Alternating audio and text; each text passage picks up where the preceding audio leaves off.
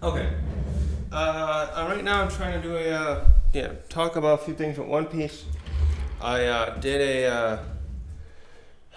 what did I do a review? 2 days ago? Feels like ages. So, in the last One Piece chapter, the all the Straw Hats learned about Vegapunk and his plans or his dreams. We got to see his dreams essentially. Very optimistic ones, I must say. I like it. He wants to share his knowledge with the whole world. He wants to share his whole knowledge with the world. Everything he's ever learned. He feels that knowledge will prosper human or One Piece world civilization. So humans, fishmen, etc., etc. Because there's not just people there. There's other races of distinct type of beings, I guess you call them. And he told the Straw Hats about his various. We learned they're actually clones. My goodness. They are actually clones. They're not like I guess cyborg. Well, the two of them look like robots, so it's very unusual how he's describing them as clones. But we'll have to figure that out later, I guess. And I've been playing Pokemon. I guess that's why I forgot that this was just recently came out. Actually, I was meaning to stream some of it today, but I wanted to get this done first. So he gave his exposition about his dreams, about his clones. Also, we found out why he has a devil fruit. So his fruit allows him to learn pretty much an infinite amount of knowledge. He can learn anything, but his brain is unable to stay the same size, which I quite like. I thought about that with, I was thinking about that recently with super strength-esque characters and how they often don't grow in any sort of significant size. They just, except like the Hulk. I like how the Hulk's like that. He's probably one of the only exceptions I can think of. That the figures usually, they have some muscle mass growth, but by and large they stay relatively the same. And with some characters, I feel like that would be if they were realistically able to become as strong as they do. Now, I'm not including Superman in this example, but I'm trying to think of one I would think of. I can't think of any right now. I would think that their bodies would grow exponentially with it, and perhaps some people would even die from having that problem. But in One Piece, it doesn't matter here because shit just works this way. But I was thinking like actually one example where they should kind of show that, kind of when in Dragon Ball Z, when the Saiyans were training to defeat Cell. They discovered a way when they were growing their strength, their bodies initially were like transforming into these bulky forms, but they were able to circumvent that and gain the same strength from it without because the bulky forms decreased speed by quite a bit, and so Trunks unfortunately was the only one. Well, Gohan didn't realize it either, but Goku was there to teach him. Trunks didn't realize this, and Vegeta wasn't training with him, so he thought this form would be useful, and he actually thought he might have been stronger than Vegeta, but Vegeta must have figured this out, and he knew he couldn't go into that form if he was going to fight against a worthy opponent. He got that enough battle experience that what do you call it? He knows how to. He gets very cocky with some of his fights, but he's very good at strategy and eyeing up opponents and stuff usually, except when characters are hiding their power. So where was I going with that? So Vegapunk, because his head got so big and his body is still like he's just like probably a little shorter size of a man, especially in the One Piece world. Well, he got easily 7 foot figure. Vegapunk cut off his head and it's sitting up at the top of the island, and he's got an antenna on his head that connects to it. And the other Vegapunk can also sync to it and have access to his wealth of knowledge, and they can convey anything they learn to it. Yeah, brain fruit. Brain fruit.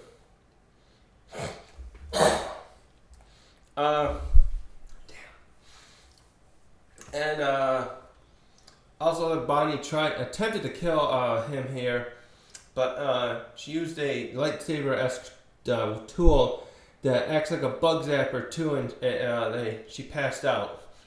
And lastly,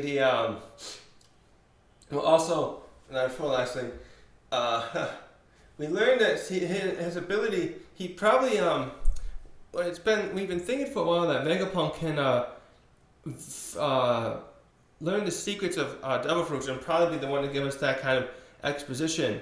And maybe he still will actually, but it took him here 20 years to learn about Kaido's lineage factor, is that what it's called? And replicate it to make it a perfect artificial. So like, that's what it must take. At this time, that's what it takes even for someone like him to make a perfect one. We got Doflamingo over there, along with Caesar's help. They were producing artificial smiles, what they called smile fruits, and they were giving them to Kaido's soldiers, and they were only becoming partial zones of various degrees, usually just body parts turning into like a crab claw or maybe antlers or whatever else they had gained. So those fruits were being mass-produced rapidly, and we saw the results of how they worked. Meanwhile, Momo gets one that turns him and allows him to become a perfect in form. Because Vegapunk's upset the color's not the same, but I debate whether or not that matters, whether it could be achieved. He perfectly can become a dragon and has all the same abilities as Kaido. Now, whether or not he can gain the same strength, I think is contingent on his body. But the fact that he can perfectly become a dragon, so say he didn't have like one of his limbs remain human, it's night and day from what Caesar Clown was producing. And but that took 20 years to make. It's probably, what I'm trying to get at, it's probably going to take a while to, it probably wouldn't be easy at this time for even Vegapunk to be able to make another, I'm speculating of course, make more, he is doing that actually. Duh. No, he must be making something to that effect, because that Jinbei Seraphim we just saw, was it last chapter? Or chapter 2, it has the fruit of Senior Pink. So is he just doing multiple ones at once and producing them? But does it always take 20 years? I guess I'm getting at, I was thinking based on his exposition here that it would take him decades to focus on one devil fruit and make them, so he can never mass produce perfect ones or even make one of every one we've seen so far in his lifetime, because it would take too long. But maybe his other clones have created that, because one of them is he said each of them are doing a particular field of study in their experiments here. So that could become quite the game changer, I guess. I should remember this from the chapter with the Seraphim, Jinbei Seraphim, that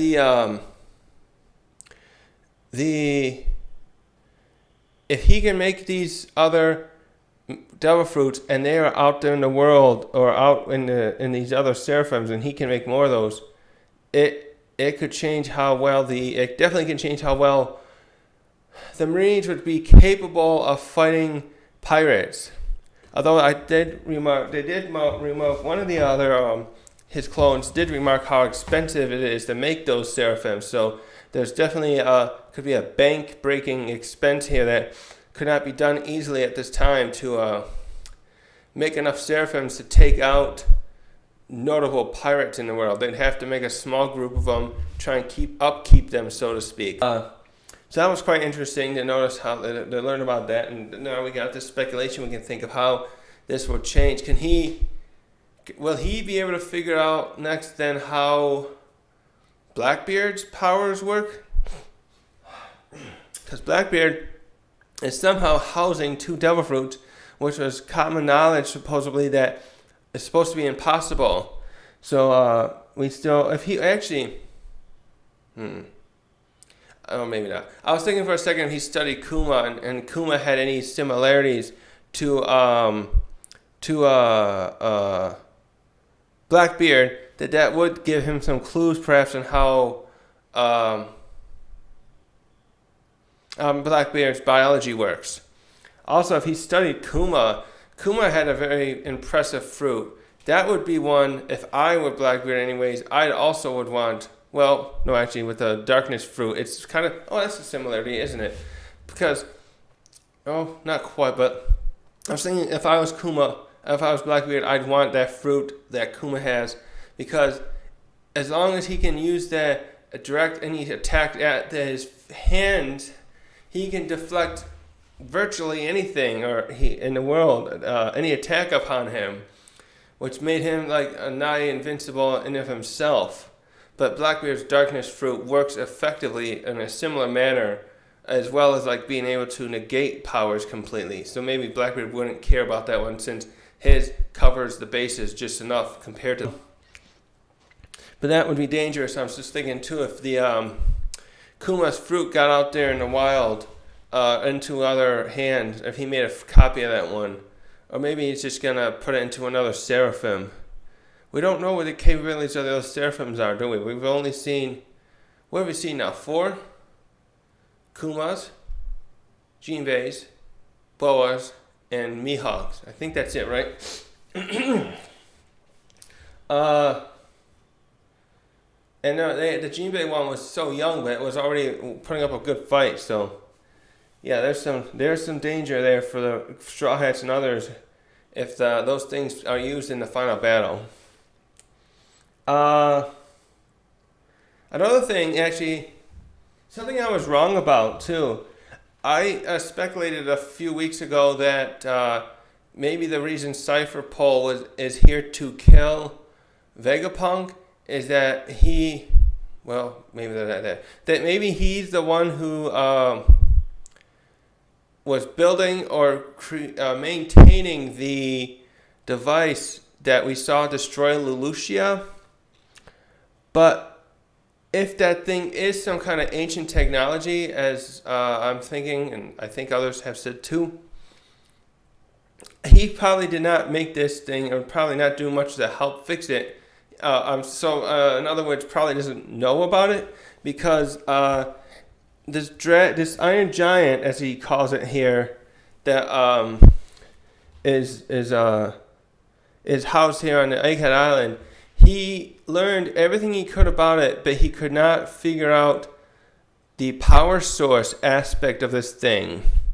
So likewise, if that machine that destroyed Lelouchia, possibly Uranus, is ancient technology, he'd have no idea how to maintain it, except maybe maintain other parts of it. But it would not, I would think, be functional all this time. That he couldn't be the one helping it be functional all this time, because of he would not have any idea on how to fix that part of it, the power source, which is like one of the main things you need in some kind of machine, is to make sure it gets the power it needs. Whether you battery power it, you allow it to use a combustion engine, or it needs a power supply unit like a computer that needs to be plugged in, and those things need to be made just right too. So I highly doubt now that Vegapunk had anything to do with the making or the maintenance or making of that machine. Plus, given the kind of optimism he has in wanting to help the world, I really don't think he'd be on board with the stuff the world government does. He's only doing this because he wants to make his ideas worthwhile and the world government's the only place that is has the funding to help him achieve this. So, where was I going? So maybe he, yeah, I doubt he knows about it. I don't even know if he'd want to work with the world government if he found out they could do that kind of they would cause that kind of oppression and destruction upon the world using using a machine like that to harm other people that turn against the world government.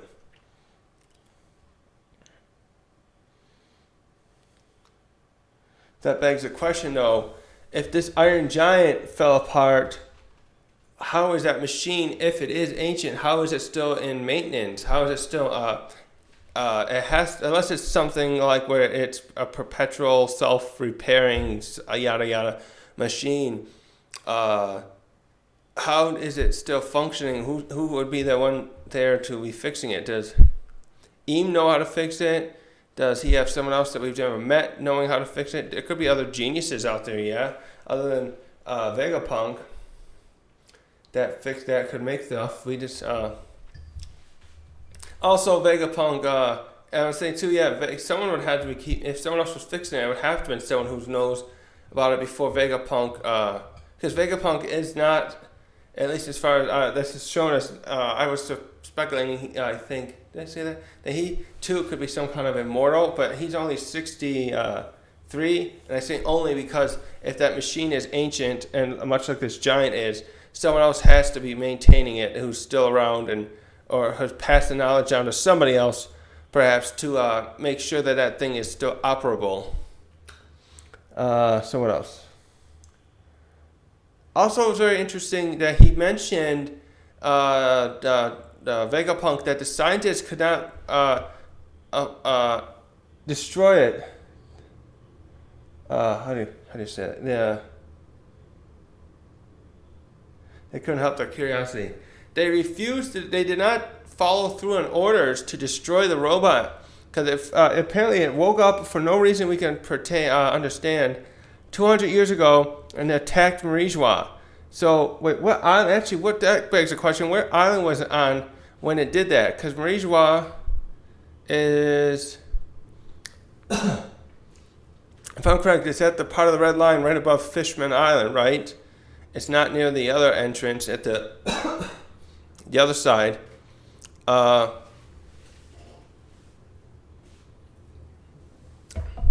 Where was this thing sitting when it was activated and set upon trying to destroy Marijwa? Actually, that brings up something interesting. Why did it pick Marijwa? Oh, was it maybe? I just thought maybe Marijwa was the base of operations for the Alliance before it even became this capital, and this robot was one of many sent by the Ancient Kingdom to destroy the capital. I bet that was it. It probably somehow reoperated for some reason. That part's unusual, but it came back to life 200 years ago, and it was then following through on its orders to attack Marijwa, which was probably the home base of the Alliance members, the leaders. Again, but the main thing was I'm surprised these scientists got away with destroying not destroying this robot, and they placed it on Egghead Island to keep it out of sight. And that also was an interesting point of why no one seems to knew of this island before. Did anyone know about this island beforehand? Because the government knows where it is now because Vegapunk's house here, and he's making these seraphims and other things that are going to help the Marines.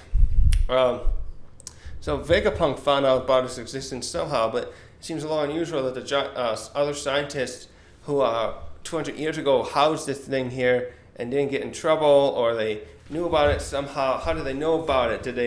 Was the scientists of the across the ages, have they been secretly working themselves to undermine the world government, perhaps because they see how its oppression is holding societies back from reaching new heights of technological advancement.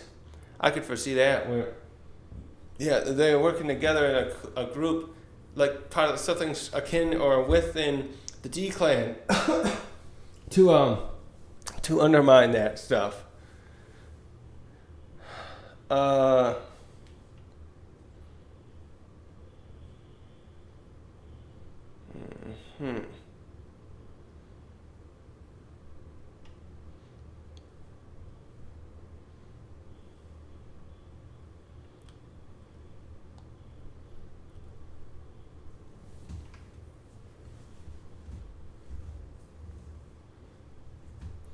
Also, we still don't know why Vegapunk decided to do this with Kuma. I'm hoping the next chapter will gleam some light onto what Kuma's purpose was to become a robot or cyborg. And Vegapunk definitely regrets doing this because he knows he hurt Bonnie's for that. Again, there we can see he is more compassionate than I was assuming he was on the idea of pursuing science. Although I'm surprised I was thinking, he doesn't, it's not bothering him to produce clones and that. I suppose, I'm wondering, like, does he care about the ideas, the potential feelings and that of these seraphims? Because these things are going to go out to war and battle pirates and other enemies of the world government, and they could get destroyed. And the Mihawk one may have already done that. And I'm wondering where the line is drawn for Vegapunk's compassion toward others. He cared that he did this to Bonnie, but we'll just have to see on that. Also, still unusual too, of course, that why does he want to leave Egghead with Luffy? What's stopping him from leaving now? Is he under surveillance? Does he suspect he is? Or does he know that he can't take a ship of his own, or if he doesn't have a ship of his own, he can't go?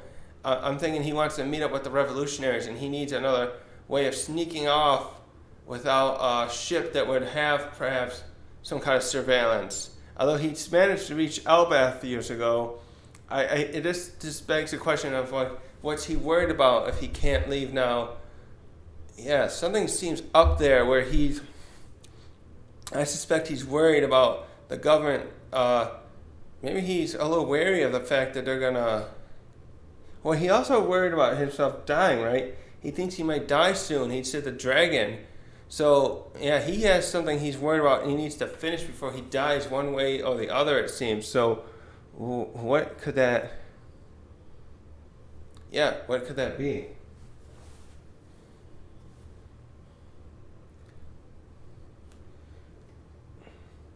And, of course, Cypher Pole has shown up at the end of this chapter, finally.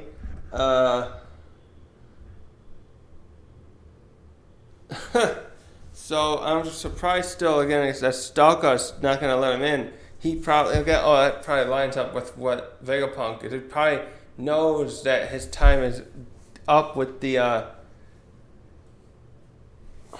come on, cat. Well, there. Maybe he knows his time is up with the government, because he knows they found something out. He didn't say that. But if there is some kind of what do you call it? Spy amongst them, whether it's one of his other employees or assistants or researchers there. How was I saying it? Yeah, he knows he knows he has to stall. They have to stall till to get away now that there's cipher poles there, I suspect.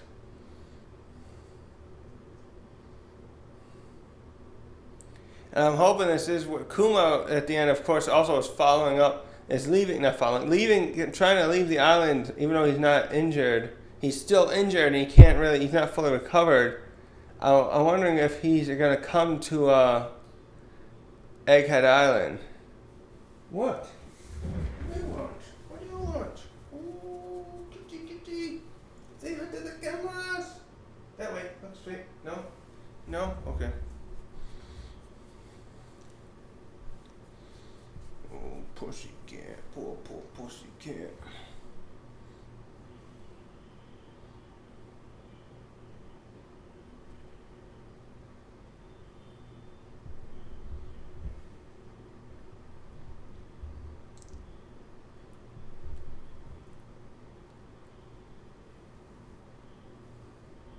Uh, oh, maybe, so last thing, maybe the government, oh, maybe the reason the world government thinks they can off Vegapunk now is they've discovered that his brain is detached and is separate in the island, and they'll kill him and his clones, but they'll keep the actual brain and preserve it, have its knowledge, and then they can use that and give it to other scientists who are not associated with the revolutionaries, more loyal. I bet they're gonna take that brain. That's the prize, perhaps, so to speak. The goal is to keep that in order to perpetuate having technology that can help the world government continue its rule. I can see that being the reason they can get away with this now. That makes this most sense now. Duh. They don't need to have another. Maybe they don't have another prodigy, but they have him. Well, I still think there must be someone out there who's gonna be who knows about that machine and is fixing it. Unless it's somehow able to. It's like such a quality machine. It's been able to stay active.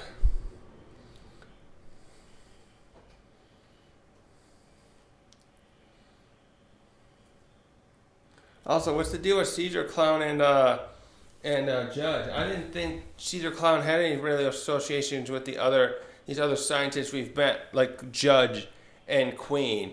I just recall that it was Vegapunk had worked with those two, but I didn't think Caesar had any associations with them. I thought maybe he only worked for the world government, so he worked under Vegapunk at Punk Hazard for 20 something years. But maybe he was part of Mads as well. I just don't recall right now if that's true.